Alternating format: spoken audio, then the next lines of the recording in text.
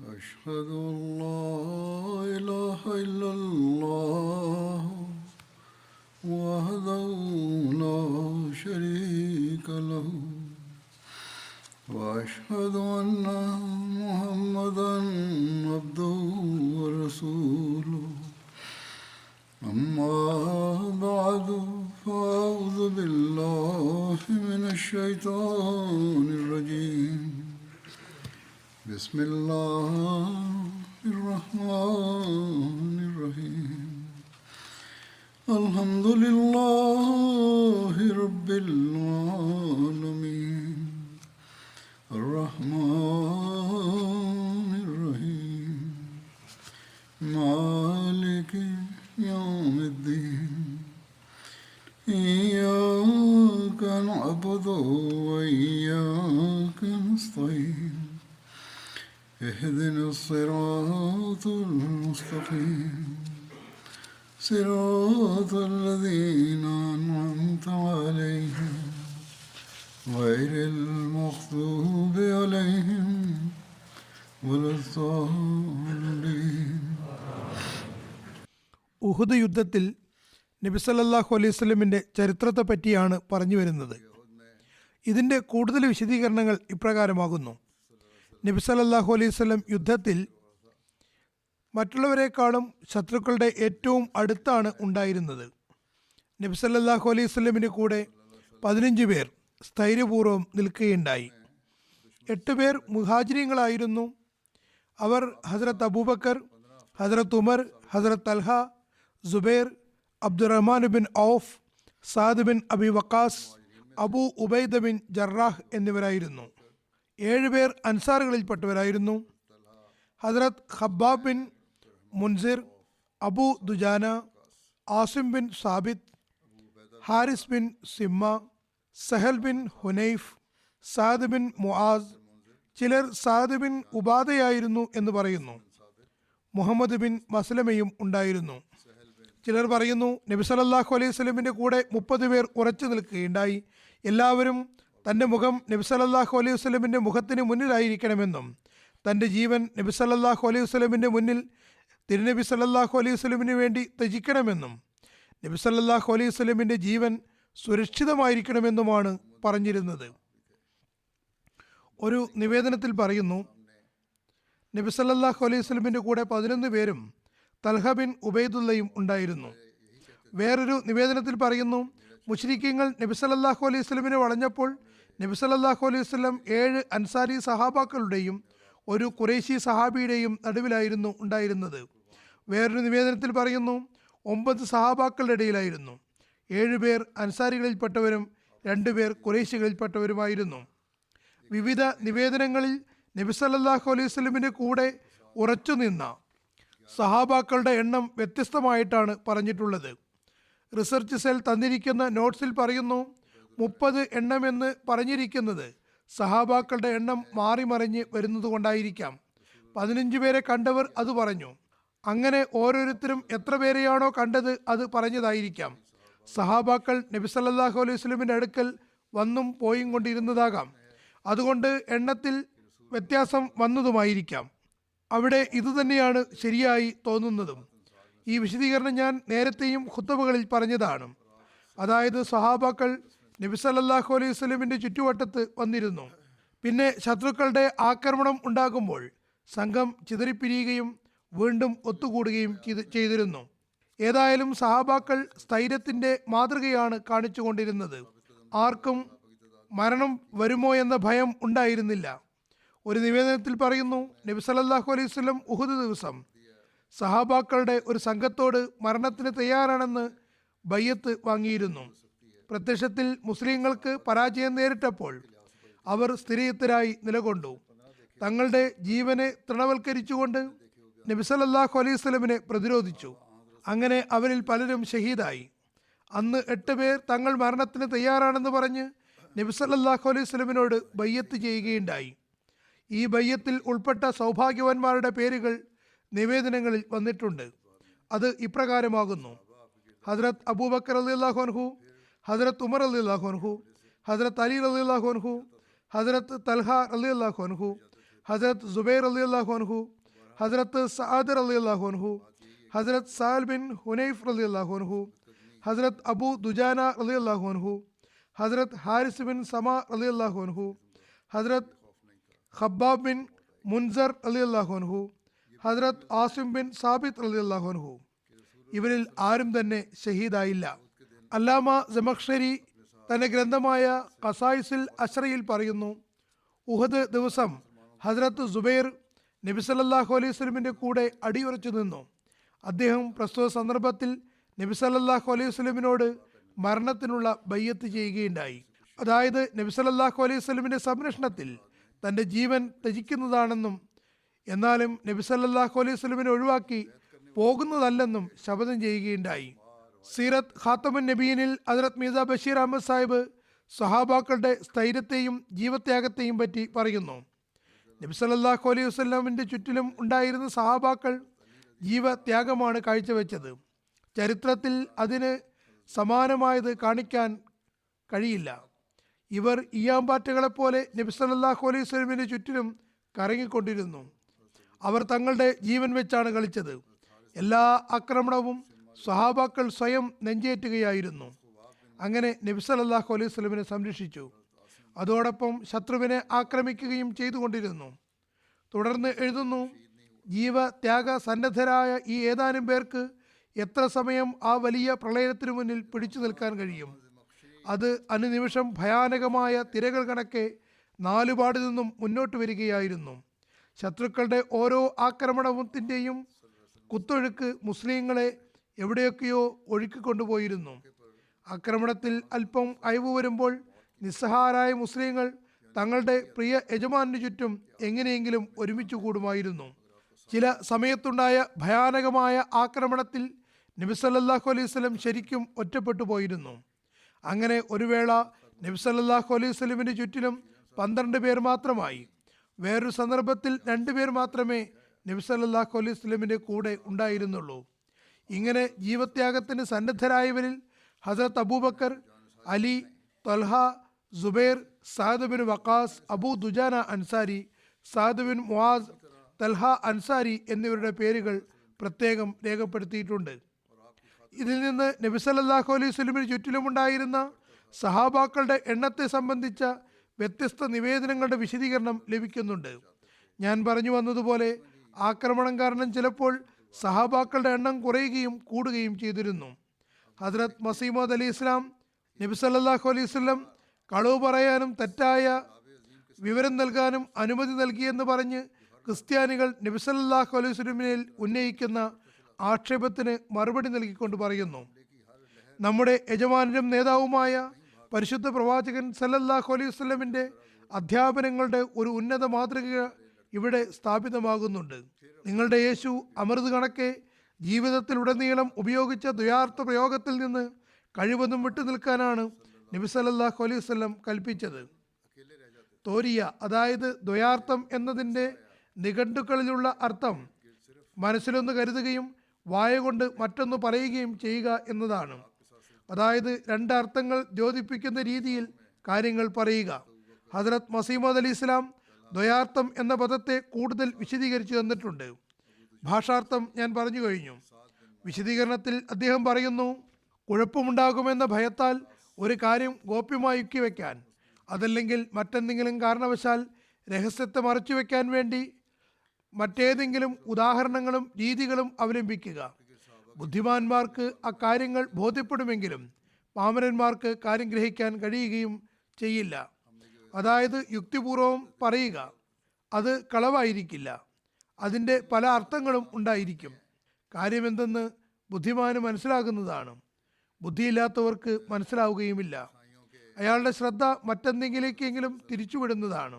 എന്നാൽ നബി സല്ലല്ലാഹു അലൈഹി വസല്ലം പറയുന്നു, ഇത് ഉന്നതമായ തഖ്വയ്ക്ക് നിരക്കുന്നതല്ല. ഹദീസുകളിലും പറയുന്നു, ഇത് ഉന്നത നിലവാരത്തിലുള്ള തഖ്വയ്ക്ക് എതിരാകുന്നു. ഹസ്രത്ത് മസീമോദ് അലി ഇസ്ലാം ഇതേപ്പറ്റി സ്പഷ്ടമായി വിവരിച്ചിട്ടുണ്ട്. ഇത് നബി സല്ലല്ലാഹു അലൈഹി വസല്ലം ചെയ്തുവെന്ന് തെളിയിക്കാനേ സാധ്യമല്ല. ഹസ്രത്ത് മസീമോദ് അലി ഇസ്ലാം പറഞ്ഞതിൻ്റെ സംക്ഷേപം ഇപ്രകാരമാണ്: ക്രിസ്ത്യാനികളുടെ വീക്ഷണത്തിൽ അവർ ദൈവമാണെന്ന് പറയുന്നയാളുടെ അവസ്ഥ നോക്കുക. ചെറിയ ചെറിയ കാര്യങ്ങൾക്ക് പോലും തെറ്റായ വിവരണമാണ് നൽകിയത്. ഇതിനെ വിശദീകരിച്ചുകൊണ്ട് ആ മഹാത്മാവ് പറയുന്നു, നബി സല്ലല്ലാഹു അലൈഹി വസല്ലം പരമാവധി ഇതിൽ നിന്ന് വിട്ടുനിൽക്കാനാണ് കൽപ്പിച്ചത്. അത് പറയുന്നതിൻ്റെ വിവക്ഷ കളവിനോട് പ്രത്യക്ഷത്തിൽ പോലും താദാത്മ്യം ഇല്ലാതിരിക്കാനാണ് അങ്ങനെ ചെയ്തത്. എന്നാൽ എന്തു പറയാനാണ്, എന്തെഴുതാനാണ്? നിങ്ങളുടെ യേശു സാഹിബിന് ഇത്രമാത്രം പോലും സത്യത്തെ നിലനിർത്താൻ കഴിഞ്ഞില്ല. ദൈവമെന്ന് വാദിക്കുന്ന വ്യക്തി സിംഹത്തെപ്പോലെ ലോകത്ത് പ്രത്യക്ഷപ്പെടണമായിരുന്നു. അല്ലാതെ ജീവിതത്തിലുടനീളം കളവിന് സമാനമായ ദ്വയാർത്ഥ പ്രയോഗം നടത്തുകയും താൻ മരണത്തെ ഭയപ്പെടാതെ ശത്രുക്കൾക്ക് മുന്നിൽ തന്നെ പ്രകടിപ്പിക്കുന്ന പരിപൂർണ വ്യക്തിത്വമുള്ളവരിൽപ്പെട്ടവനും ദൈവത്തിൻ്റെ പരിപൂർണ പ്രതീക്ഷയുള്ളവനുമാണെന്നും തെളിയിക്കാതിരിക്കുകയല്ല ചെയ്യേണ്ടിയിരുന്നത്. നിങ്ങൾ ദൈവമെന്ന് പറയുന്ന വ്യക്തി ജീവിതത്തിലുടനീളം ദ്വയാർത്ഥ പ്രയോഗം നടത്തിക്കൊണ്ടിരുന്നു. പറയുന്നു, ഒരു സന്ദർഭത്തിലും ഭീരുത്വം കാണിക്കാൻ പാടില്ലായിരുന്നു. അള്ളാഹുവിൽ ഭരമേൽപ്പിക്കുന്നവർ, ദൈവം പോകട്ടെ ദൈവത്തിൻ്റെ പ്രവാചകന്മാർ പോലും ഇങ്ങനെ ചെയ്യാറില്ല. എനിക്ക് കാര്യങ്ങൾ ആലോചിക്കുമ്പോൾ കരച്ചിൽ വരികയാണ്. ബുദ്ധി കുറവുള്ള ആരെങ്കിലും യേശുവിൻ്റെ ഈ ദുർബലാവസ്ഥയെപ്പറ്റി, അതായത് ഒരുതരം കളവ് തന്നെയായ ദ്വയാർത്ഥ പ്രയോഗത്തെപ്പറ്റി ആക്ഷേപിച്ചാൽ നമുക്കെന്ത് മറുപടിയാണുള്ളത്? എന്നാൽ ജനാബ് സയ്യിദുൽ മുർസലീൻ സല്ലല്ലാഹു അലൈഹി വസല്ലം ഉഹദ് യുദ്ധത്തിൽ ഒറ്റയ്ക്കായ സന്ദർഭത്തിലും ഊരിപ്പിടിച്ച ഗർഗങ്ങൾക്ക് മുന്നിൽ പ്രഖ്യാപിക്കുന്നു, ഞാൻ മുഹമ്മദ് ആകുന്നു, ഞാൻ അള്ളാഹുവിൻ്റെ പ്രവാചകനാകുന്നു, ഞാൻ അബ്ദുൽ മുത്തലിബിൻ്റെ മകനാകുന്നു. ഇങ്ങനെ പറയുന്നതാണ് ഞാൻ കാണുന്നത്. ഇനി മറുഭാഗത്ത് നിങ്ങളുടെ യേശു വിറച്ച് തൻ്റെ ശിഷ്യന്മാർക്ക് യാഥാർത്ഥ്യത്തിനെതിരിൽ പാഠങ്ങൾ നൽകിക്കൊണ്ട് പറയുന്നു, ഞാൻ യേശു മശീഹാണെന്ന് ആരോടും പറയരുത്. വാസ്തവത്തിൽ ഇത് പറഞ്ഞതുകൊണ്ട് ആരും അദ്ദേഹത്തെ വധിക്കില്ലായിരുന്നു. ഞാൻ അത്ഭുതപ്പെടുകയാണ്. നാഥ, ഇദ്ദേഹം നബിയാണെന്ന് പറയപ്പെടുന്നു. അദ്ദേഹത്തിൻ്റെ ദൈവമാർഗത്തുള്ള ധൈര്യത്തിൻ്റെ അവസ്ഥ ഇതാണ്. ഹദ്രത്ത് ഈസാ അലൈഹി ഇസ്ലാമിനെ സംബന്ധിച്ചിടത്തോളം ഇവിടെ അത്ഭുതം കൂറുന്നത് ഒരു തർക്കുത്തരം എന്ന നിലയ്ക്ക് മാത്രമാണ്. അല്ലാതെ ഹദ്രത്ത് മസീഹ് അലൈഹി ഇസ്ലാം അദ്ദേഹം നബിയാണെന്ന് മനസ്സിലാക്കാതെയല്ല ഇങ്ങനെ പറഞ്ഞത്. ഹദ്രത്ത് മസീഹ് അലൈഹി ഇസ്ലാമിന് വിവക്ഷ നബി അല്ലായിരുന്നു എന്നല്ല, മറിച്ച് നിങ്ങൾ ദൈവപുത്രനാണെന്ന് പറഞ്ഞ് സമർപ്പിക്കുന്ന പ്രവാചകന്റെ അവസ്ഥ നിങ്ങളുടെ തന്നെ ഗ്രന്ഥങ്ങളുടെ അടിസ്ഥാനത്തിൽ ഇതാണ്. എന്നിരിക്കെ നിങ്ങൾ നബി സല്ലല്ലാഹു അലൈഹി വസല്ലമിനെ കള്ളം പറയാനും ഭീരുത്വം കാണിക്കാനും അനുവദിച്ചു എന്ന് ആക്ഷേപിക്കുകയാണ് ചെയ്യുന്നത്. ഇബ്നു ഇസാഖ് എഴുതുന്നു, കാഫ്രീങ്ങൾ നബി സല്ലല്ലാഹു അലൈഹി വസല്ലമിന് ചുറ്റും കൂടിയപ്പോൾ നബി സല്ലല്ലാഹു അലൈഹി വസല്ലം ചോദിച്ചു, മൻ റജുലൻ യുഷ്രീലന നഫ്സ, നമുക്ക് വേണ്ടി സ്വയം വിൽക്കാൻ തയ്യാറായവർ ആരുണ്ട്? അപ്പോൾ സിയാദ് ബിൻ സക്കൻ 5 അൻസാരി സഹാബാക്കളോടൊപ്പം മുന്നോട്ട് വന്നു. ചിലർ പറയുന്നു ഇത് അമ്മാറ ബിൻ യസീദ് ബിൻ സക്കൻ ആയിരുന്നു. ഇവർ നബി സല്ലല്ലാഹു അലൈഹി വസല്ലം മുന്നിൽ തങ്ങളുടെ ധൈര്യം പ്രകടിപ്പിച്ചുകൊണ്ട് ഓരോരുത്തരായി ഷഹീദായി. അവസാനം സിയാദോ അമ്മാറയോ ആയിരുന്നു ഉണ്ടായിരുന്നത്. അദ്ദേഹം പൊരുതിക്കൊണ്ടിരുന്നു. അങ്ങനെ അദ്ദേഹത്തിന് പരുക്ക് പറ്റി. പിന്നെ ഒരു മുസ്ലിം സംഘം തിരിച്ചെത്തി. മുശ്രിക്കീങ്ങളെ നബി സല്ലല്ലാഹു അലൈഹി വസല്ലമിൻ്റെ അടുക്കൽ നിന്നും തള്ളിമാറ്റി. തുടർന്ന് നബി സല്ലല്ലാഹു അലൈഹി വസല്ലം പറഞ്ഞു, സിയാദ് ബിൻ സക്കനെ എൻ്റെ അടുത്തേക്ക് കൊണ്ടുവരുന്നു. അദ്ദേഹത്തെ കൊണ്ടുവന്നു. പക്ഷെ അദ്ദേഹം അന്ത്യശ്വാസം വലിക്കുകയായിരുന്നു. നബി സല്ലല്ലാഹു അലൈഹി വസല്ലം പറഞ്ഞു, അദ്ദേഹത്തെ കുറെ കൂടി എൻ്റെ അടുക്കിലേക്ക് കൊണ്ടുവരൂ. നബി സല്ലല്ലാഹു അലൈഹി വസല്ലം തൻ്റെ പരിശുദ്ധ ചരണം അദ്ദേഹത്തിൻ്റെ അടുത്തേക്ക് നീട്ടി. അദ്ദേഹം തൻ്റെ മുഖം നബി സല്ലല്ലാഹു അലൈഹി വസല്ലമിൻ്റെ കാലുകളിൽ വെച്ചു. അങ്ങനെ ഹസ്രത്ത് സിയാദ് തൻ്റെ മുഖം നബി സല്ലല്ലാഹു അലൈഹി വസല്ലമിൻ്റെ തിരുചരണങ്ങളിൽ വെച്ചുകൊണ്ടാണ് മരണപ്പെട്ടത്. അദ്ദേഹത്തിൻ്റെ ശരീരത്തിൽ 14 മുറിവുകൾ ഉണ്ടായിരുന്നു. ഹസ്രത്ത് മീസ ബഷീർ അഹമ്മദ് സാഹിബ് പറയുന്നു, ഒരു വേള ഖുറൈശികളുടെ ആക്രമണത്തിൻ്റെ അസാധാരണമായ ഒരു തിര ഉയർന്നപ്പോൾ നബി സല്ലല്ലാഹു അലൈഹി വസല്ലം പറഞ്ഞു, ഈ സന്ദർഭത്തിൽ തൻ്റെ ജീവൻ അള്ളാഹുവിൻ്റെ മാർഗത്തിൽ ത്യജിക്കാൻ തയ്യാറായിട്ടുള്ളവർ ആരുണ്ട്? ഒരു അൻസാരി സഹാബിയുടെ ചെവിയിൽ ഈ ശബ്ദം പതിഞ്ഞപ്പോൾ അദ്ദേഹവും മറ്റ് 6 അൻസാരി സഹാബാക്കളും ഉന്മാദരെ പോലെ മുന്നോട്ട് കുതിച്ചു. അവരിൽ ഓരോരുത്തരും നബി സല്ലല്ലാഹു അലൈഹി വസല്ലം ചുറ്റും പൊരുതിക്കൊണ്ട് തന്നെ നിന്നു. അങ്ങനെ ജീവൻ വെടിഞ്ഞു. ഈ സംഘത്തിൻ്റെ നേതാവ് സിയാദ് ബിൻ സക്കൻ ആയിരുന്നു.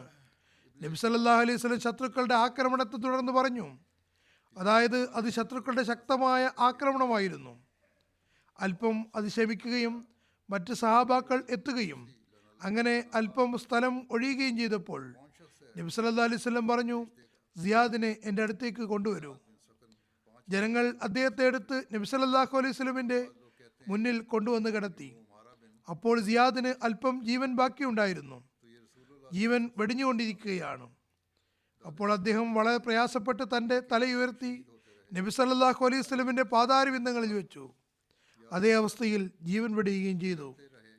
ഹസ്രത്ത് മുസ്അബ് ബിൻ ഉമൈറിന്റെ ഷഹാദത്ത് സംഭവവും രേഖപ്പെടുത്തിയിട്ടുണ്ട്. ഹസ്രത്ത് മുസ്അബ് ബിൻ ഉമൈർ നബി സല്ലല്ലാഹു അലൈഹി വസല്ലമിന്റെ മുന്നിൽ പൊരുതിക്കൊണ്ടിരുന്നു. അങ്ങനെ പൊരുതിക്കൊണ്ട് തന്നെ ഷഹാദത്ത് വരിക്കുകയും ചെയ്തു. അദ്ദേഹത്തെ ഇബ്നു കംആയാണ് ഷഹീദാക്കിയത്.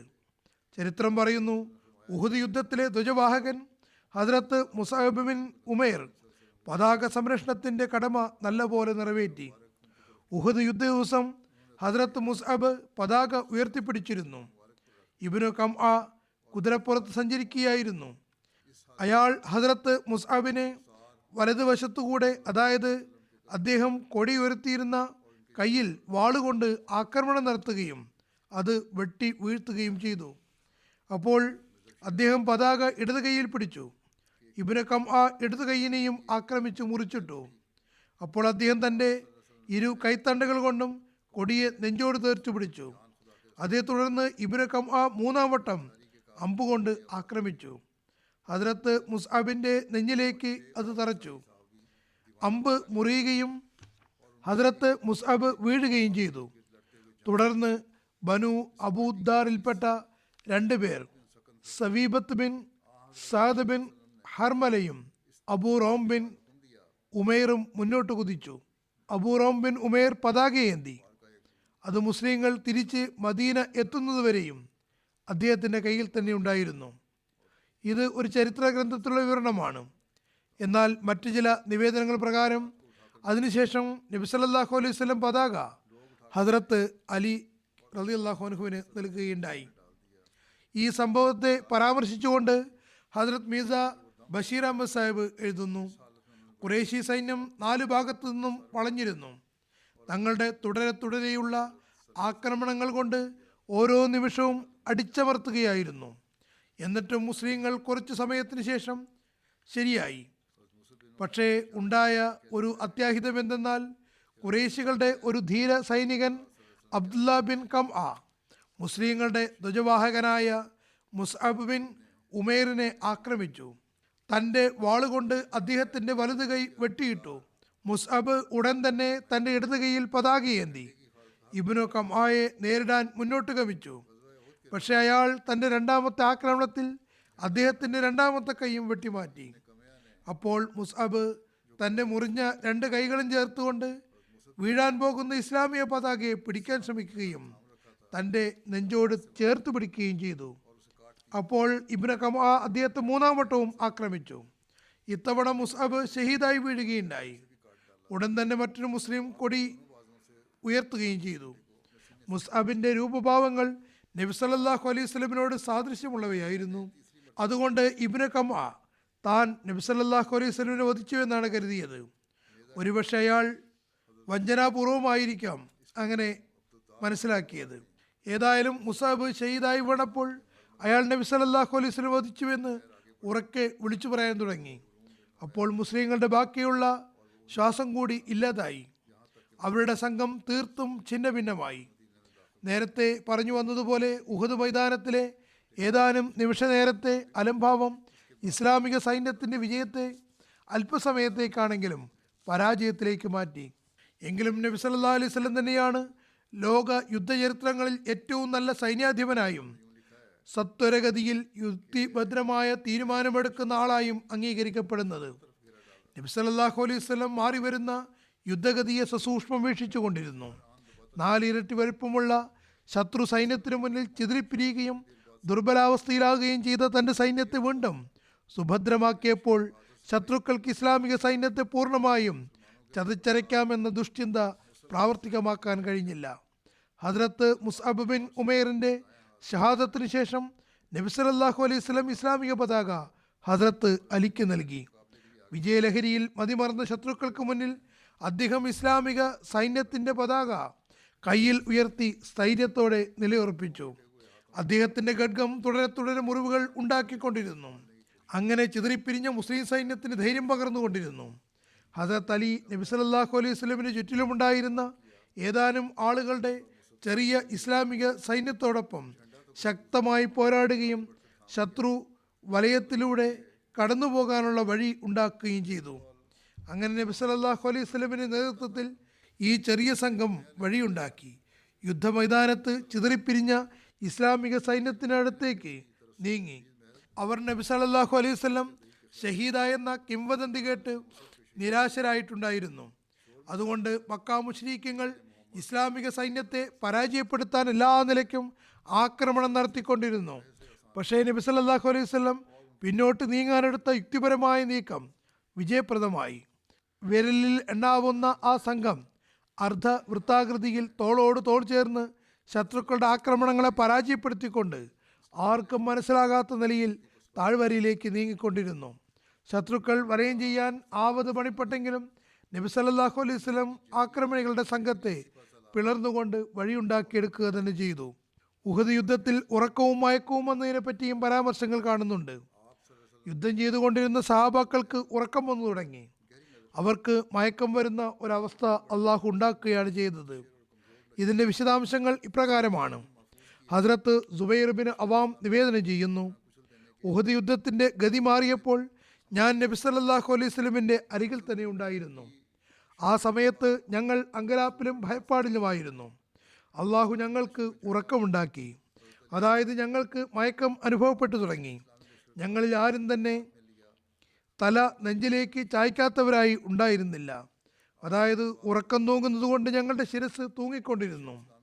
പറയുന്നു, അള്ളാഹുവാണേ, മോത്തബ് ബിൻ ഖശീറിൻ്റെ ശബ്ദം സ്വപ്നത്തിൽ കേൾക്കുന്നത് പോലെ തോന്നി. അദ്ദേഹം ഇങ്ങനെ പറയുന്നുണ്ടായിരുന്നു, ഞങ്ങൾക്ക് തീരുമാനമെടുക്കാനുള്ള അധികാരമുണ്ടായിരുന്നുവെങ്കിൽ ഞങ്ങളൊരിക്കലും ഇവിടെ ഇങ്ങനെ കൊല്ലപ്പെടുമായിരുന്നില്ല. മുഅത്തബ് ബിൻ ഖശീർ അൻസാരി സഹാബിയായിരുന്നു. ബയ്യത്ത് ഉഖബയിലും ബദർ യുദ്ധത്തിലും ഉഹദ് യുദ്ധത്തിലും പങ്കെടുത്തിട്ടുണ്ട്. അദ്ദേഹം പറഞ്ഞത് അതേപടി എനിക്ക് ഹൃദയസ്ഥമായി.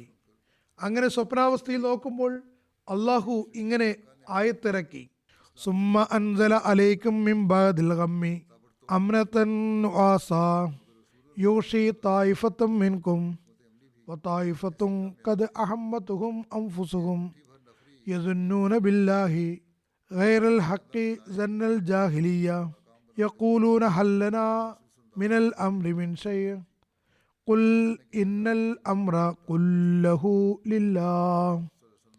പിന്നീട് ദുഃഖത്തിന് ശേഷം അവൻ നിങ്ങൾക്ക് മനസ്സമാധാനം ഇറക്കി തന്നു. അതായത് നിങ്ങളിൽ നിന്നും ഒരു സംഘത്തെ ആവരണം ചെയ്യുന്ന ഒരു നിദ്രാമയക്കം. അപ്പോൾ മറ്റൊരു സംഘമാകട്ടെ അവരുടെ ആത്മാക്കൾ തങ്ങളെ തന്നെ ഉത്കണ്ഠാകുലരാക്കി അള്ളാഹുവിനെ സംബന്ധിച്ച് അജ്ഞാനകാലത്ത് ധാരണകൾ പോലെ അവർ തെറ്റായ ധാരണകൾ വെച്ചു പുലർത്തുകയായിരുന്നു. ഈ കാര്യത്തിൽ നമുക്കെന്തെങ്കിലും പറയാൻ അവസരമുണ്ടോ എന്നവർ ചോദിക്കുന്നു. പറയുക, തീർച്ചയായും ഈ കാര്യത്തിൻ്റെ മുഴുവൻ തീരുമാനവും അള്ളാഹുവിനുള്ളതാകുന്നു. ഹസ്രത്ത് കാബ് ബിൻ അംർ അൻസാരി നിവേദനം ചെയ്യുന്നു, ഉഹദ് യുദ്ധ ദിവസം ഒരു സന്ദർഭത്തിൽ ഞാൻ എൻ്റെ സമൂഹത്തിലെ 14 പേരോടൊപ്പം നബി സല്ലല്ലാഹു അലൈഹി വസല്ലമിൻ്റെ കൂടെ ഉണ്ടായിരുന്നു. അപ്പോൾ ഞങ്ങൾക്ക് ഉറക്കം അനുഭവപ്പെട്ടു. അത് സമാധാനത്തിൻ്റെതായിരുന്നു. അതായത് സമാധാനമുള്ള മയക്കമായിരുന്നു. യുദ്ധാവസരമാണെങ്കിലും അത് ഞങ്ങൾക്ക് സമാധാനമുള്ള മയക്കമായി തോന്നി. ശങ്കിൽ നിന്ന് ഊതുന്നത് പോലെ ഉറക്കം കാരണം കൂർക്കം വലിക്കാത്തവരായി ഞങ്ങളിൽ ആരുമുണ്ടായിരുന്നില്ല. പറയുന്നു, ഞാൻ ബഷർ ബിൻ ബറാ ബിൻ മഅ്മൂറിൻ്റെ കയ്യിൽ നിന്ന് വാൾ വീഴുന്നത് കാണുകയുണ്ടായി. അദ്ദേഹം വാൾ വീണത് അറിഞ്ഞതുപോലുമില്ല. അതേസമയം ശത്രുക്കൾ ഞങ്ങളെ ആക്രമിക്കുകയുമായിരുന്നു. ഈ ആയത്തിൻ്റെ വ്യാഖ്യാനത്തിൽ ഹദ്റത്ത് ഖലീഫത്തുൽ മസീഹ് റാബി വിവരിക്കുന്നു, ഏതായാലും അദ്ദേഹത്തിന് വാൾ വീണെന്ന് അറിഞ്ഞിട്ടുണ്ടാകാം. കാരണം അപ്പോൾ ഉറക്കമുണ്ടായെങ്കിലും അവരുടെ കൈകളിൽ ഉണ്ടായിരുന്ന ആയുധങ്ങൾ സുഭദ്രമായിരുന്നു. അത് വീഴാനായുമ്പോൾ ഞെട്ടി ഉണരും. ഇവിടെ നുആസ് എന്ന പദമാണ് പ്രയുക്തമായിട്ടുള്ളത്. അതിൻ്റെ വ്യാഖ്യാനം ഇപ്രകാരമാകുന്നു, അമനത്തൻ നുആസൻ എന്നതിൻ്റെ വിവിധ തലങ്ങളിലുള്ള അർത്ഥങ്ങളുടെ സംക്ഷേപം ഭയത്തിന് ശേഷം നിങ്ങൾക്ക് സമാധാനം ഇറക്കി എന്നതാണ്. അതിനെ ഉറക്കം എന്ന് പറയാവുന്നതാണ്. അഥവാ സമാധാനത്തിന് നിമിത്തമായ മയക്കം നൽകി, അല്ലെങ്കിൽ നിദ്രയ്ക്ക് സമാനമായ രീതിയിലുള്ള സമാധാനം നൽകി, അല്ലെങ്കിൽ അത് ഉറക്കത്തിൽ ഉൾപ്പെടുന്നത് ആയിരുന്നു. ഇവിടെ അമനത്തൻ വാസൻ എന്നതിൻ്റെ അർത്ഥം താൽക്കാലികമായി ഉണ്ടാകുന്ന മയക്കത്തിൽ തല താഴ്ത്തി ഉറക്കം തൂങ്ങുന്നതിനും പറയാറുണ്ട്. എന്നാൽ ഇവിടെ ഇത്തരത്തിലുള്ള ഉറക്കമല്ല വീക്ഷിക്കുന്നത്, മറിച്ച് ഉറക്കത്തിനും ഉണർച്ചയ്ക്കും ഇടയിലുള്ള അവസ്ഥയാണ് അതുകൊണ്ട് ഉദ്ദേശിക്കുന്നത്. ഉറക്കം വരുന്നതിന് മുമ്പ് ഒരു മധ്യാവസ്ഥ കൈവരുന്നു. അത് മുഴുവൻ അവയവങ്ങൾക്കും ഒരു സമാധാനം നൽകാറുണ്ട്. അതുതന്നെയാണ് ആഴത്തിലുള്ള സമാധാനവും. പ്രസ്തുത അവസ്ഥ അതേപോലെ തുടർന്നാൽ പിന്നെ അത് ഉറക്കമായി മാറും. അത്തരം അവസ്ഥയിൽ മനുഷ്യൻ നടക്കുകയാണെങ്കിൽ വീണുപോകുന്നതല്ല, മറിച്ച് വീഴുന്നതിന് മുമ്പേ ഞെട്ടി ഉണരും. താൻ ഏതവസ്ഥയിലായിരുന്നുവെന്ന് അയാൾക്ക് ബോധ്യമാകും. എന്നാൽ ഉറക്കം വന്നാൽ പിന്നെ തൻ്റെ ശരീരത്തിനു മേൽ അയാൾക്ക് നിയന്ത്രണമൊന്നും ഉണ്ടാകില്ല. ഏതായാലും ബഷർ ബിൻ ബറാക്ക് ഇത്തരം അവസ്ഥയിൽ ഇത്തരത്തിലുള്ള നല്ല ഉറക്കം വന്നതായിരിക്കാം. പക്ഷേ യുദ്ധ സാഹചര്യമായിരുന്നിട്ട് കൂടി അത് സമാധാനമുള്ള അവസ്ഥയായിരുന്നു. അവിടെ വീണുപോകാവുന്നതാണ്. ഇത് ശരിയാണെന്ന് അംഗീകരിക്കുകയാണെങ്കിൽ അദ്ദേഹത്തിൻ്റെ കൈ അല്പം അയഞ്ഞപ്പോൾ വാൾ വീണതായിരിക്കാം. ഏതായാലും ഈ അവസ്ഥയിൽ താൻ നല്ല ഉറക്കത്തിലേക്ക് പോവുകയാണെന്ന് തിരിച്ചറിവുണ്ടാവുകയും പിന്നെ ഞെട്ടി ഉണരുകയും ചെയ്യും. ചുരുക്കത്തിൽ അല്ലാഹു പറയുന്നു, നാം നിങ്ങൾക്ക് ഉറക്കത്തിന് സമാനമായ അവസ്ഥയുണ്ടാക്കി. എന്നാൽ ഉറക്കം പോലെ തങ്ങൾക്ക് മേൽ യാതൊരു നിയന്ത്രണവുമില്ലാത്ത അവസ്ഥയും അല്ലായിരുന്നു. അവൻ നിങ്ങൾക്ക് സമാധാനം നൽകുകയായിരുന്നു, എന്നാൽ നിശ്ചേഷ്ടരാക്കുകയല്ലായിരുന്നു. അതേപോലെ ഹദരത്ത് അബൂ തൽഹ പറയുന്നു, ഇത് ബുഖാരിയിലുള്ള ഹദീസാണ്. അതായത് ഉഹദ് ദിവസം ഞങ്ങൾക്ക് മയക്കം അനുഭവപ്പെട്ടു. ഈ മയക്കത്തെ പറ്റിയാണ് നേരത്തെ പറഞ്ഞത്. ഹദരത്ത് തൽഹ പറയുന്നു, വാൾ കയ്യിൽ നിന്ന് വീഴുമെന്നാകുമ്പോൾ ഞാനത് പിടിക്കുമായിരുന്നു. ചുരുക്കത്തിൽ ഈ ഹദീസ് പറയുന്നു, അത് കയ്യിൽ നിന്ന് സാധനങ്ങൾ താഴെ വീണു പോകുന്ന വിധത്തിലോ അല്ലെങ്കിൽ നടക്കുമ്പോൾ സ്വയം വീണുപോകുന്ന അവസ്ഥയിലോ ഉള്ള ഉറക്കമല്ലായിരുന്നു. സമാധാനവും ശാന്തിയും ഉള്ളതായിരുന്നു. എങ്കിലും ഒരു പരിധിവരെ ഞങ്ങൾക്ക് ഞങ്ങളുടെ അവയവങ്ങൾക്ക് മേൽ നിയന്ത്രണം ഉണ്ടായിരുന്നു. വീണുപോകുമ്പോൾ അത് വീഴാതെ ശ്രദ്ധിക്കുമായിരുന്നു. ചുരുക്കി പറഞ്ഞാൽ ഈ മയക്കം വെറുതെ ഉണ്ടായതല്ല, മറിച്ച് അതൊരവസ്ഥയായിരുന്നു. അതാകട്ടെ കുറച്ചു നേരം അവർക്ക് അനുഭവപ്പെടുകയും ചെയ്തു. തിർമിദി അബുവാബു തഫ്സീറിൽ ഹദരത്ത് അബൂ തൽഹിയിൽ നിന്നുള്ള നിവേദനത്തിൽ പറയുന്നു, ഉഹദ് യുദ്ധ ദിവസം തലയുയർത്തി നോക്കിയപ്പോൾ എല്ലാവരും ഉറക്കം തൂങ്ങി തങ്ങളുടെ തല താഴേക്ക് ചായ്ക്കുകയായിരുന്നു. നിരന്തരം ഉണർന്നിരുന്നതും ക്ഷീണവും കാരണം സഹാബാക്കളുടെ അവസ്ഥ വളരെ മോശമായിട്ടുണ്ടായിരുന്നു. അത്തരം സന്ദർഭത്തിൽ അള്ളാഹുവിൽ നിന്ന് ഒരു സമാധാനാവസ്ഥ കിട്ടുകയായിരുന്നു.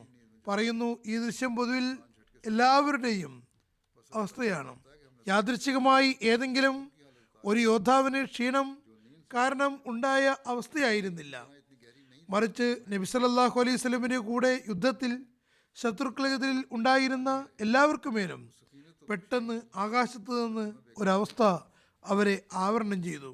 ആ സമയത്ത് അവർക്ക് അതിൻ്റെയും സമാധാനത്തിൻ്റെയും ശരീരത്തെ ഊർജമാക്കേണ്ടതിൻ്റെയും പുതുശ്വാസം കിട്ടേണ്ടതിൻ്റെയും അനിവാര്യതയുണ്ടായിരുന്നു. അത് ഉറക്കത്തിൻ്റെ സമയമല്ലായിരുന്നു.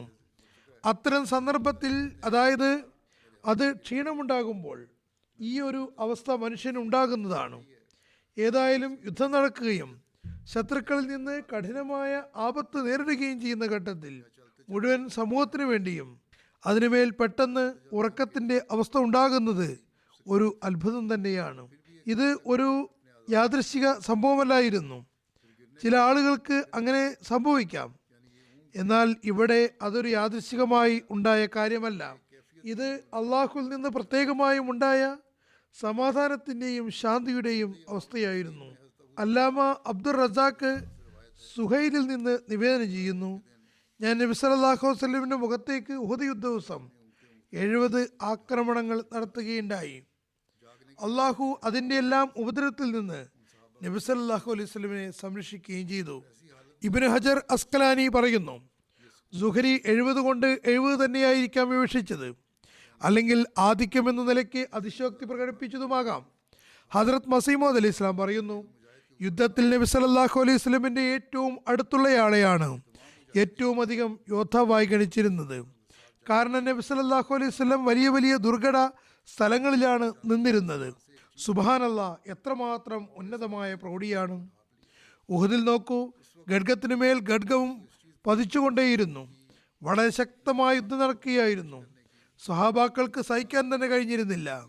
പക്ഷേ ആ യോദ്ധാവ് നെഞ്ചുവിരിച്ച് യുദ്ധം ചെയ്തുകൊണ്ടിരുന്നു. അതിൽ സഹാബാക്കളുടെ കുറ്റമൊന്നും ഇല്ലായിരുന്നു. അള്ളാഹു അവർക്ക് പുറത്തു കൊടുത്തിരുന്നു.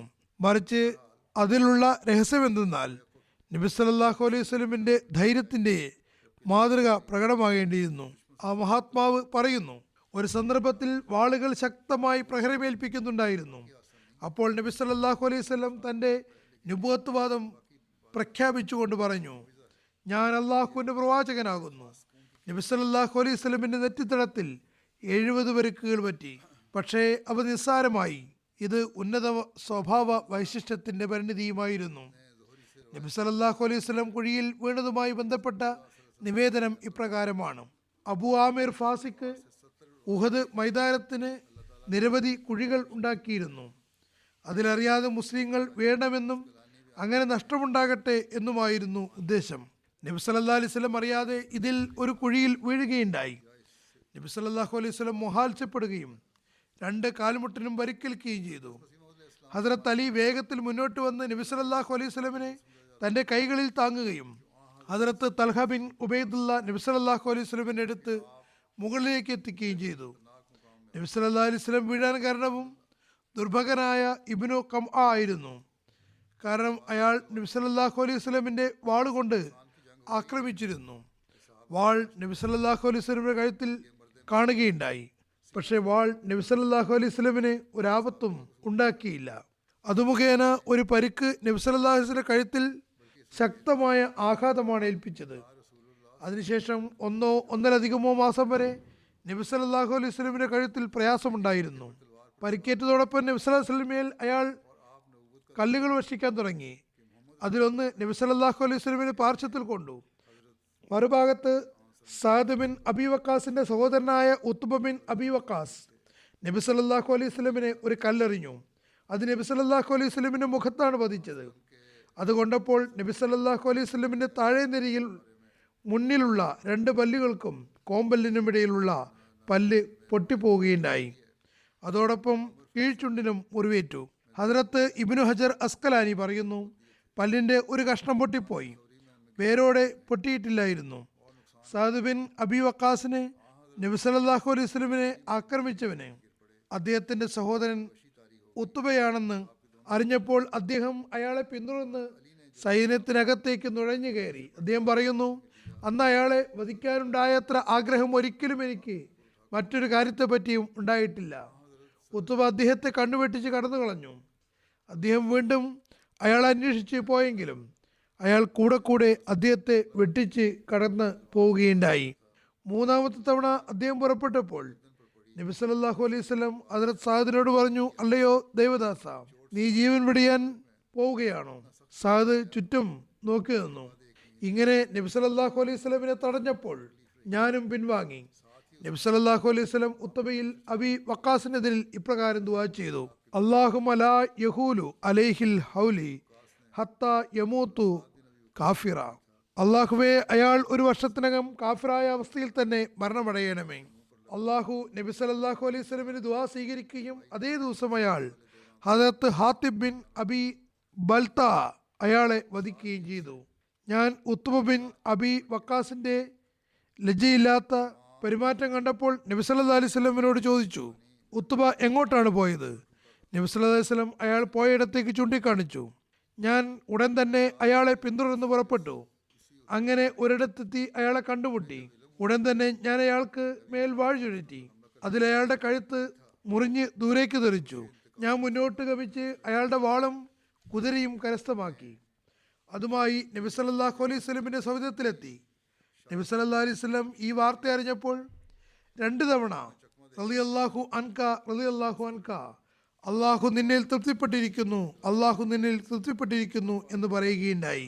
ആക്രമണത്തിൽ നബി സല്ലല്ലാഹു അലൈഹി വസല്ലമിന്റെ ശിരസിലണിഞ്ഞ പടത്തൊപ്പിയുടെ ആണിയും മുറിഞ്ഞുപോയിരുന്നു.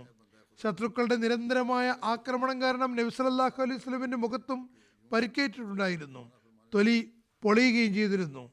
നബി സല്ലല്ലാഹു അലൈഹി വസല്ലമിന്റെ മുഖത്തെ ആക്രമിച്ചത് അബ്ദുല്ലാഹ് ബിൻ ശിഹാബ് സുഹരി ആയിരുന്നു. പിന്നീട് ഇദ്ദേഹം ഇസ്ലാം സ്വീകരിക്കുകയുണ്ടായി.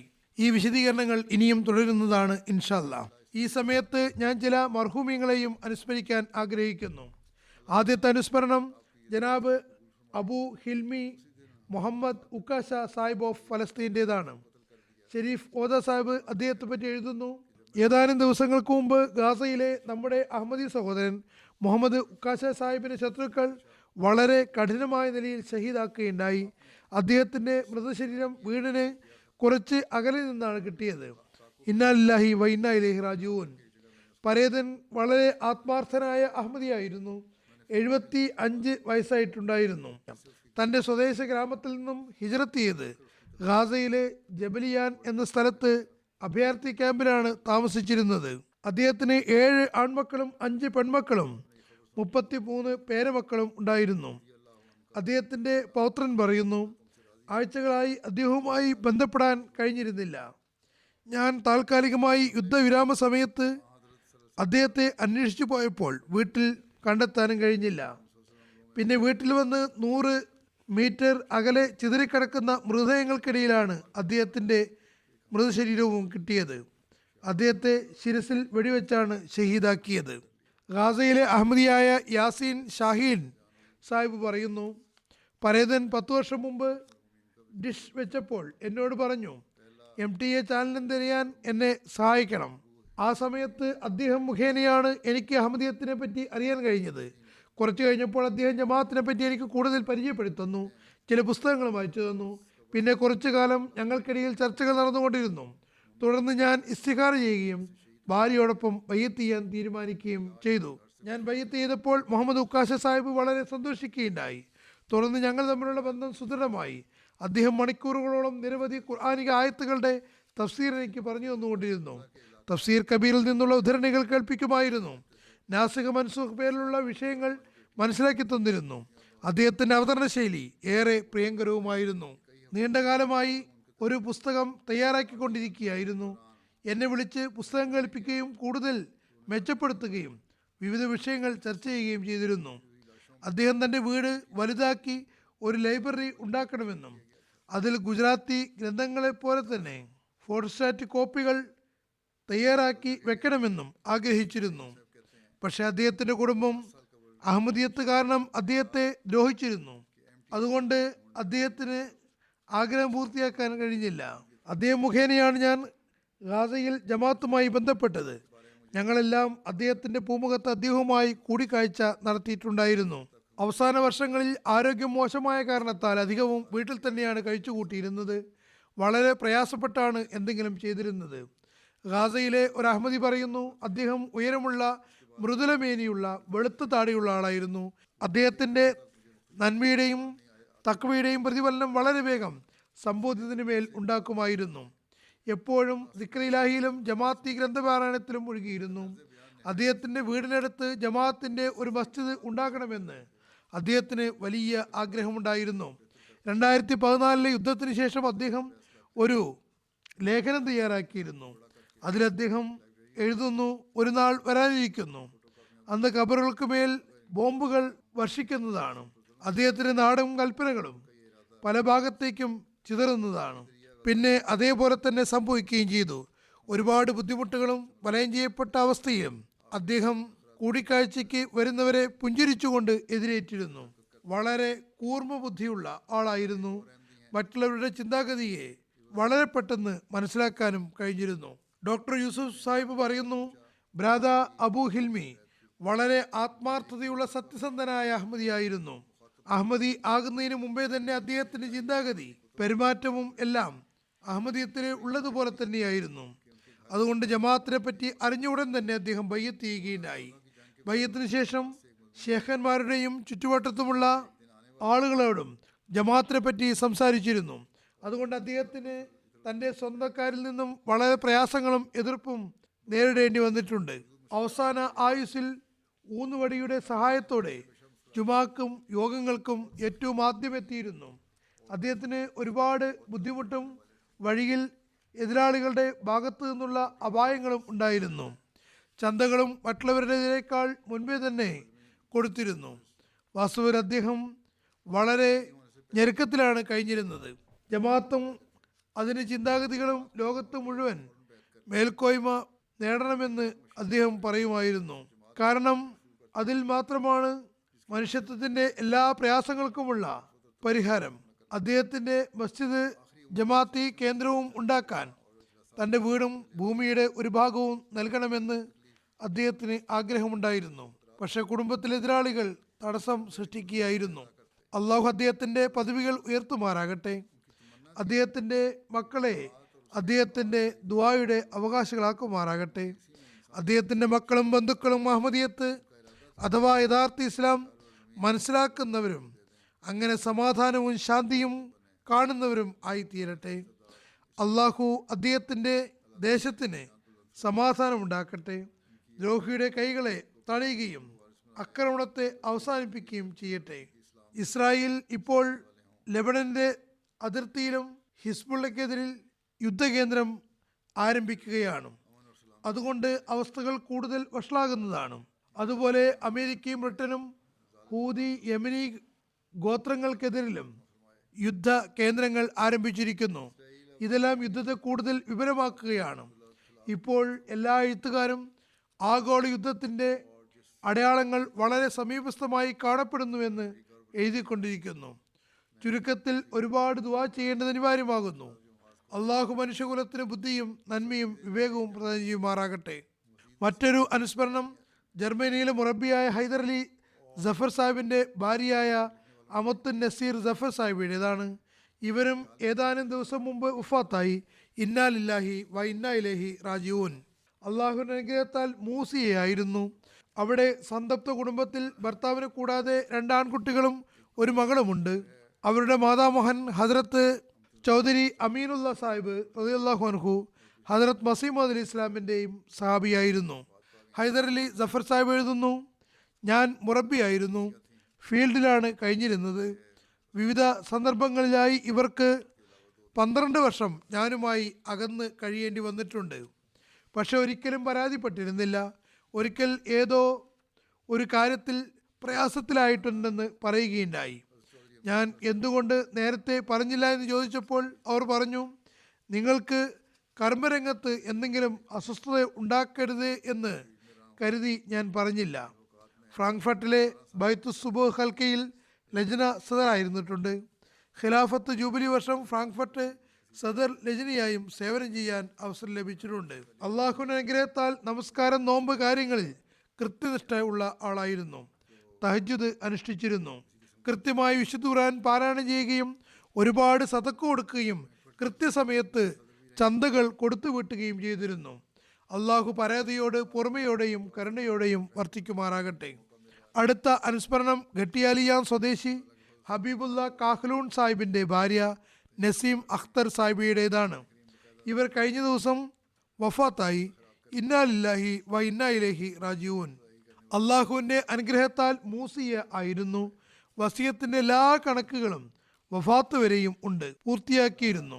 സ്വത്തിൻ്റെ ഓഹരി അഥവാ ഹിസ്സ ജായ്ദാദും ജീവിതകാലത്ത് തന്നെ കൊടുത്തു വീട്ടിയിരുന്നു. സന്തപ്ത കുടുംബത്തിൽ ഭർത്താവിനെ കൂടാതെ 6 ആൺമക്കളും 2 പെൺമക്കളുമാണുള്ളത്. ഒരു മകൾ അവരുടെ ജീവിതകാലത്ത് തന്നെ മരണപ്പെട്ടിരുന്നു. അവരുടെ മക്കളെ വളരെ സ്നേഹത്തോടെ പരിപാലിക്കുകയും നല്ല വിദ്യാഭ്യാസം നൽകുകയും ചെയ്തു. ആൺമക്കളിൽ 4 പേർ ജീവിതം വഖഫ് ചെയ്തവരാണ്. അവരുടെ ഒരു മകൻ നവീദ് ആദിൽ സാഹിബ് ലൈബീരിയയിൽ ഇൻചാർജ് മിഷണറിയാണ്. ഫീൽഡിലായതുകൊണ്ട് മാതാവിൻ്റെ ജനാസയിൽ പങ്കെടുക്കാൻ കഴിഞ്ഞില്ല.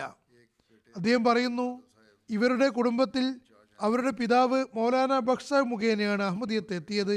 അദ്ദേഹം 2ാം ഖിലാഫത്ത് കാലത്താണ് ബയ്യത്ത് ചെയ്തത്. അവർക്ക് നല്ല ദീനി വിജ്ഞാനം ഉണ്ടായിരുന്നു. അതുകൊണ്ട് ചിലപ്പോൾ അവരെ കണ്ടുമുട്ടുന്ന പലരും അവരുടെ ഭൗതിക വിദ്യാഭ്യാസം എത്രയാണെന്ന് ചോദിച്ചിരുന്നു. വാസ്തവത്തിൽ നിസ്സാരമായ ഭൗതിക വിദ്യാഭ്യാസം മാത്രമാണ് ഉണ്ടായിരുന്നത്.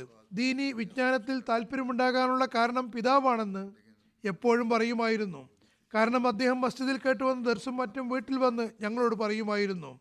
ഇങ്ങനെ വീടുകളിൽ ഡിസ്കഷൻ ഉണ്ടായാൽ രക്ഷിതാക്കളുടെ നല്ല പ്രഭാവം ഉണ്ടാകുന്നതാണ്. ജമാഅത്തിനോടും ഖിലാഫത്തിനോടും അതിരറ്റ സ്നേഹമായിരുന്നു. വളരെ ധീരയും ദീനീപരമായ ആത്മാഭിമാനമുള്ള മകളെയുമായിരുന്നു. ജമാഅത്തിനും ഹദരത്ത് മസീമദ് അലി ഇസ്ലാമിനും എതിരിൽ ഒരു തരത്തിലുള്ള കാര്യവും സഹിച്ചിരുന്നില്ല. നമസ്കാരത്തിൽ വളരെ കൃത്യനിഷ്ഠയും തഹജ്ജുദ് അനുഷ്ഠിക്കുകയും അവസാനത്തെ ഏതാനും വർഷങ്ങളിലൊഴികെ കൃത്യമായി ഇത്തിക്കാഫിരിക്കുകയും ചെയ്തിരുന്നു. റമദാനിൽ 3-4 തവണ വിശുദ്ധ ഖുർആൻ ഓതി പൂർത്തിയാക്കിയിരുന്നു. നടക്കുമ്പോഴും ഇരിക്കുമ്പോഴുമെല്ലാം സ്വലാത്ത് സിക്ർ ഇലാഹിയും ചെയ്യുമായിരുന്നു. അദ്ദേഹം തിരിച്ച് ഡ്യൂട്ടിയിൽ പോകുന്ന ദിവസം തന്നെ അവർ വീണ് കാൽ പൊട്ടുകയുണ്ടായി. അപ്പോൾ അവർ പറഞ്ഞു, നീ നിന്റെ ഡ്യൂട്ടിക്ക് പോവുക. അടുത്ത ഗ്രാമത്തിൽ നിന്ന് മരുമകനെ വിളിച്ചു വരുത്തി ആശുപത്രിയിൽ പോവുകയും ചെയ്തു. അവർ മകനോട് പറഞ്ഞു, നിന്റെ ജോലി അതാണ്, നീ ഉടൻ തന്നെ ജമാഅത്തി സേവനത്തിന് വേണ്ടി പോകേണ്ടതാണ്. നവീദ് ആദിൽ സാഹ് പറയുന്നു, 7 വർഷത്തിന് ശേഷം അവധിക്ക് പോയി അവരെ കണ്ടപ്പോൾ അവർ ഉപദേശിച്ചുകൊണ്ട് പറഞ്ഞു, ജീവിതവും മരണവും അള്ളാഹുവിൻ്റെ കൈകളിലാകുന്നു. ആർക്കെപ്പോൾ സമയം വരുമെന്ന് അറിയില്ല. അതുകൊണ്ട് അത്തരമൊരു ഘട്ടം വന്നാൽ നീ ഡ്യൂട്ടി ഒഴിവാക്കി വരാൻ പാടില്ല. അങ്ങനെ അദ്ദേഹം തൻ്റെ സെൻട്രലിൽ തന്നെ ആണ് ഉണ്ടായിരുന്നത്. മാതാവിൻ്റെ ജനാസയിൽ പങ്കെടുക്കാൻ കഴിഞ്ഞില്ല. അടുത്ത അനുസ്മരണം ബഷീറാബാദ് സ്റ്റേറ്റിലെ റഷീദ് അഹമ്മദ് ജമീർ സാഹിബിൻ്റെ ഭാര്യ മുബാറക്ക ബേഗം സാഹിബയെ കുറിച്ചാകുന്നു. ഇവരും കഴിഞ്ഞ ദിവസം വഫാത്തായി. ഇന്നാ ലില്ലാഹി വ ഇന്നാ ഇലൈഹി റാജിഊൻ. അവരുടെ കുടുംബത്തിൽ പിതാവ് ബഹാവൽ ഹക്ക് സാഹിബ് മുഖേനയാണ് അഹമ്മദിയത്ത് എത്തിയത്. അദ്ദേഹം 1948 ഹദരത്ത് ഖലീഫത്തുൽ മസീഹ് സാനി റളിയല്ലാഹു അൻഹുവിൻ്റെ കയ്യിൽ ബയ്യത്ത് ചെയ്യുകയുണ്ടായി. അദ്ദേഹം ഒരുപാട് നന്മകളുടെ ഉടമയായിരുന്നു. 5 നേര നമസ്കാരങ്ങളും തഹജ്ജുദും കൃത്യമായി അനുഷ്ഠിച്ചിരുന്നു. നിസ്വാർത്ഥമായി ജമാഅത്തി സേവനങ്ങൾ ചെയ്തിരുന്ന നല്ല പ്രകൃതമുള്ള മഹിളയായിരുന്നു. നിരവധി ജമാഅത്തി സ്ഥാനങ്ങളിൽ ജമാഅത്തി സേവനത്തിന് തൗഫീക്ക് ലഭിച്ചിട്ടുണ്ട്. ലജ്ന സദറായിരുന്നു. ഏറെക്കുറെ ജീവിതം മുഴുവനും ജമാഅത്തി സേവനത്തിലാണ് കഴിച്ചുകൂട്ടിയത്. 100 കണക്കിന് ആൺകുട്ടികൾക്കും പെൺകുട്ടികൾക്കും വിശുദ്ധ ഖുർആൻ പഠിപ്പിച്ചു കൊടുത്തിട്ടുണ്ട്. പർദ്ദ നല്ലപോലെ ശ്രദ്ധിക്കുമായിരുന്നു. പെൺകുട്ടികളോടും പർദ്ദ പാലിക്കാൻ ഉപദേശിച്ചിരുന്നു. സൃഷ്ടി സേവനത്തിൽ മുൻപന്തിയിലുണ്ടായിരുന്നു. സാധുക്കളെയും വിധവകളെയും ശ്രദ്ധിച്ചിരുന്നു. നിരവധി ദരിദ്രരും അനാഥകളുമായ പെൺകുട്ടികളുടെ വിവാഹത്തിൽ സഹായിച്ചിട്ടുണ്ട്. നിരവധി പെൺകുട്ടികൾക്ക് തുന്നലും എംബ്രോയ്ഡറിയും പഠിപ്പിച്ചു കൊടുത്തിരുന്നു. എല്ലാ വെള്ളിയാഴ്ചയും ജുമാക്ക് 2 മണിക്കൂർ മുമ്പേ പള്ളിയിലെത്തി സ്ത്രീകളുടെ ഭാഗം സ്വയം വൃത്തിയാക്കുകയും അതിനുശേഷം നഫലുകൾ അനുഷ്ഠിക്കുകയും ചെയ്തിരുന്നു. വളരെ വിശ്വസ്തയായ സ്ത്രീയായിരുന്നു. പല സ്ത്രീകളും തങ്ങളുടെ ആഭരണങ്ങളും പൈസയും അവരുടെ വിശ്വസ്തത കാരണം അവരുടെ പക്കലാണ് സൂക്ഷിക്കാൻ ഏൽപ്പിച്ചിരുന്നത്. അവർ ആരോടും വഴക്കിടുകയോ പരുഷമായി അല്ലെങ്കിൽ അപമര്യാദയായി പെരുമാറുകയോ ചെയ്തിട്ടില്ല. വളരെ നല്ല സ്വഭാവത്തിന് ഉടമയായിരുന്നു. അള്ളാഹുവിൻ്റെ അനുഗ്രഹത്താൽ മൂസിയായിരുന്നു. സ്വന്തം വസിയത്ത് ചെയ്യുമ്പോൾ തന്നെ കൂടെ പെൺമക്കളുടെ വസിയത്തും ചെയ്യിപ്പിക്കുകയുണ്ടായി. അതുപോലെ ഗ്രാമത്തിലെ നിരവധി സ്ത്രീകളെയും വസിയത്തിൽ ചേർക്കുകയുണ്ടായി. സന്തപ്ത കുടുംബത്തിൽ ഭർത്താവിനെ കൂടാതെ ഒരു മകനും 5 പെൺമക്കളുമുണ്ട്. സിറാലിയോണിലെ റക്കീം റസിലുള്ള മുറബി ഉസ്മാൻ സാഹിബിൻ്റെയും ബുർക്കിനോ ഫാസോയിലെ മുറബി സആദത്ത് അഹമ്മദ് സാഹിബിൻ്റെയും ഭാര്യ മാതാവാണ്. അവരുടെ 2 പെൺമക്കളെ മുറബിമാരാണ് വിവാഹം കഴിച്ചിട്ടുള്ളത്. ഇവർ തങ്ങളുടെ മാതാവിൻ്റെ അവസാന സമയത്ത് അവിടെ ഉണ്ടായിരുന്നില്ല, തങ്ങളുടെ ഡ്യൂട്ടി സ്ഥലത്തായിരുന്നു. മകൾ ആസിഫ പറയുന്നു, എനിക്ക് എൻ്റെ ഭർത്താവ് ഉസ്മാൻ സാഹിബിനോടൊപ്പം സേവനത്തിന് തൗഫീക്ക് ലഭിച്ചുകൊണ്ടിരിക്കുന്നു. ഫീൽഡിലായതുകൊണ്ട് മാതാവിൻ്റെ ജനാസയിലും കബറടക്കത്തിലും പങ്കെടുക്കാൻ കഴിഞ്ഞില്ല. അതുപോലെ എൻ്റെ ഇളയ സഹോദരി മറിയം ബുഷ്ര ബുർക്കിനോ ഫാസോയിൽ ആയതുകൊണ്ടും ജനാസയിൽ പങ്കെടുക്കാൻ കഴിഞ്ഞില്ല. അള്ളാഹു അവർക്ക് ക്ഷമയും സഹനവും നൽകുമാറാകട്ടെ. പരേതയോട് പൊറുമയോടെയും കരുണയോടെയും വർത്തിക്കുമാറാകട്ടെ. അവരുടെ ദുആകൾ മക്കളുടെ കാര്യത്തിൽ സ്വീകരിക്കുകയും ചെയ്യുമാറാകട്ടെ.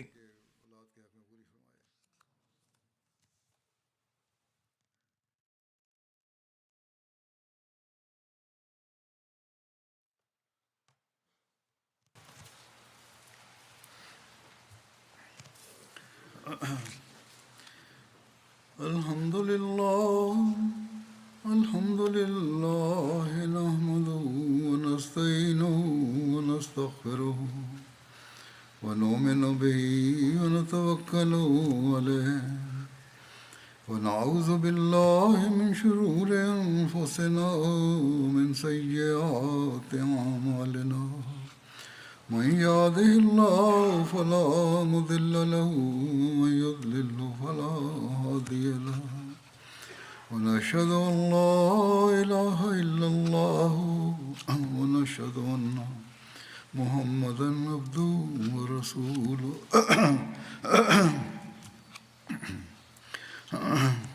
عباد الله رحمكم الله إن الله يأمر بالعدل والإحسان وإيتاء ذي القربى وينهى عن الفحشاء والمنكر والبغي يعظكم لعلكم تذكرون اذكروا الله يذكركم وادعوه يستجب لكم ولذكر الله أكبر